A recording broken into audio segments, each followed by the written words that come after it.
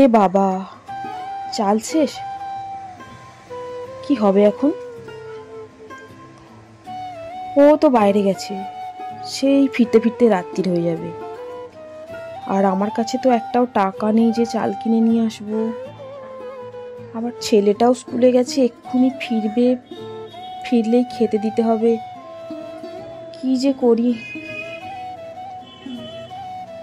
পাশের বাড়িতে যাবো একবার, দিদির কাছে বলবো কিছুটা চাল দিতে।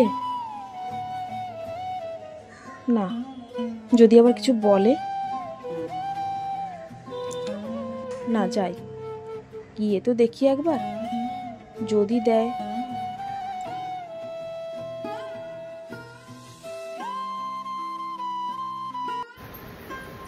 দিদি,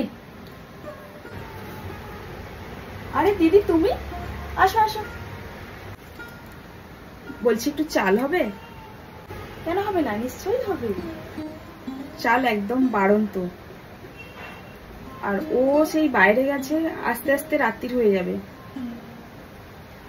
আর এদিকে ছেলেটা স্কুল থেকে আসলেই খেতে দেব। আমার কাছে 1 টাকাও নেই যে বাজার থেকে চাল কিনে নিয়ে আসবো। দাও।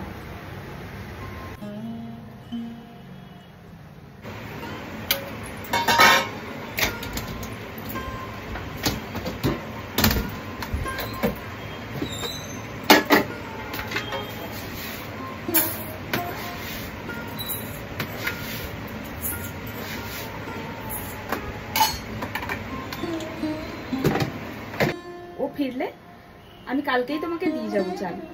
আচ্ছা ঠিক আছে ঠিক আছে, সে যখন তোমার সময় হবে তখন দিয়ে যাবে।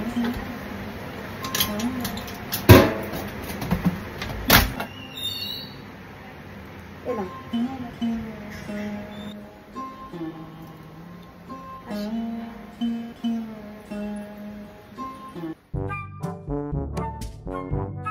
দিদি বলছি, সেদিনকে চালটা খুলিয়েছিল।